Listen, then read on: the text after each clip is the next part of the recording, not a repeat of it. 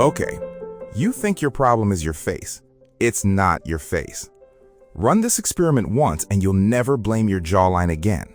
Build a fake profile as a woman. Swipe for 10 minutes through the men in your own city. Every guy who actually tries this goes quiet.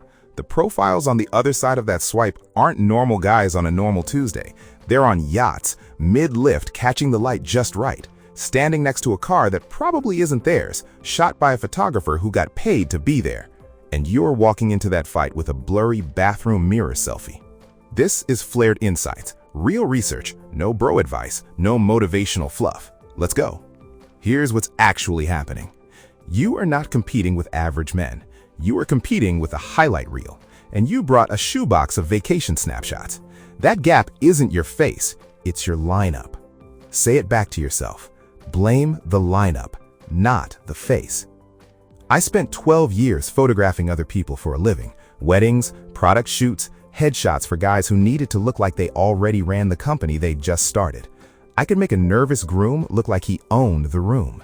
Then I built my own dating profile the way every guy builds his, grabbed whatever was already sitting on my phone, and got skipped for 2 straight years. 12 years of knowing exactly how to light a stranger, and I couldn't see my own profile clearly enough to fix it. That's not irony, that's the whole lesson. It was never about the face. It's about what you point the camera at and how. So here's the mechanism, and it's simpler than the dating advice industry wants you to believe. Because if it were this simple, nobody could sell you a 12-week confidence course to fix it.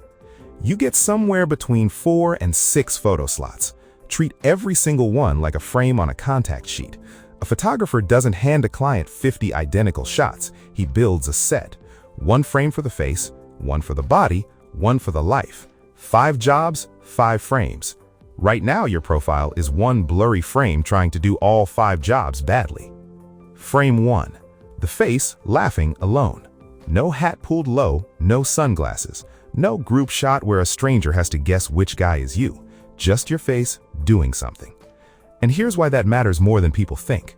Strangers who read as expressive, meaning their face actually moves when they're amused, get liked more in first impressions by people who have never met them.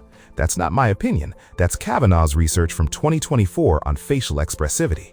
Your brain files a face as warm or it files it as closed before a single word gets exchanged. 1 photo decides which file you land in. Frame 2. Full body. Guys skip this one because it feels like showing off. It isn't. The drive toward visible muscle and lean mass shows up as an attractiveness driver across cultures. Brierley's research on this isn't subtle, and it isn't some niche gym bro preference. It runs deep enough that even the facial signs of higher muscle mass get read as more masculine on their own before anyone's seen the rest of the body. Lai found that back in 2019. Which means a tight headshot isn't just missing a photo, it's hiding a signal that's already working for you, if you'd only let it show.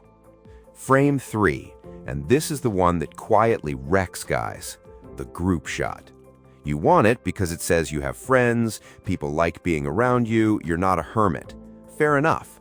But social context is a knife that cuts both ways. Guda Vosos is clear on this. Being seen in a favorable social frame measurably lifts how attractive and how high status a man gets rated. Measurably. But that lift attaches to whoever the eye actually lands on, not to everyone standing in the shot. If a stranger can't tell which guy is you inside 1 second of looking, you just handed your own boost to your best friend for free. I'd rather see a worse photo where you're unmistakably the center than a beautiful one where your buddy's stealing the frame. Frame 4 is the one nobody poses for, on purpose. Every frame so far, you know the camera's there. This one, a friend takes it without warning. You're sunk into the couch, mid-conversation, not performing for anybody. I'll be straight with you here. I don't have a controlled study that isolates this one for dating profiles specifically. This is 12 years behind a camera talking, not a journal. But the pattern isn't subtle. A posed shot shows people what you look like when you're trying. A candid shot shows them what you look like when you've stopped trying. That's information a posed photo cannot fake, and almost nobody uses it on purpose. If you don't have one yet, stage it honestly. Sit where you'd actually sit. Talk about something real. Let someone else take the shot without a countdown. Frame 5 is the one that makes people uncomfortable, so most advice quietly skips right past it. Status. You don't need to be rich. You need one photo that lets her picture what you'd look like if you were. Well-dressed, somewhere nicer than usual, getting a suit fitted instead of standing around in sneakers. And here's the part that should actually bother you. Clothing that signals status measurably raises how attractive a man gets rated. Gudavosos again. And in real dating outcomes, men's income changed how often women reached out first, climbing steadily above $50,000, jumping 151% higher for men earning past $250,000, with no matching effect running the other way for women's income. 0. Whether that's fair is a separate conversation.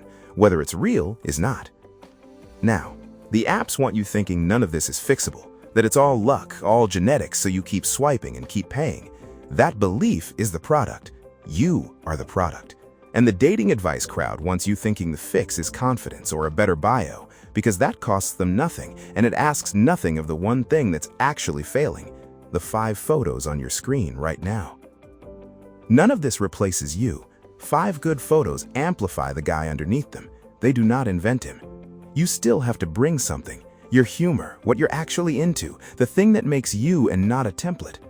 Think of the 5 frames as the floor, but don't let that soften the point. On the apps, photos do almost all of the work before a single word ever gets typed. You could be the best version of yourself walking around out there in the real world, and none of it matters if she swipes past a profile that never gave her one reason to stop scrolling. The in-person guy doesn't get a vote until the photo earns him one. If your camera roll right now is 3 blurry group shots and 1 decent photo from 2 years back, that's not a character flaw. That's just a gap nobody ever showed you how to close, because closing it was never in the app's interest. And that's the real trophy here. Not the match count. It's you finally deciding your worth isn't something a stranger's thumb gets to rule on in half a second based on the wrong photo. That's Flared Insights. Catch it on Spotify or watch the studio version on YouTube. This is all educational, the general science, not a read on your actual photos. If you want to know what your own 5 frames are really saying right now, that's exactly what Flared reads for you at flared.ai. Go find out.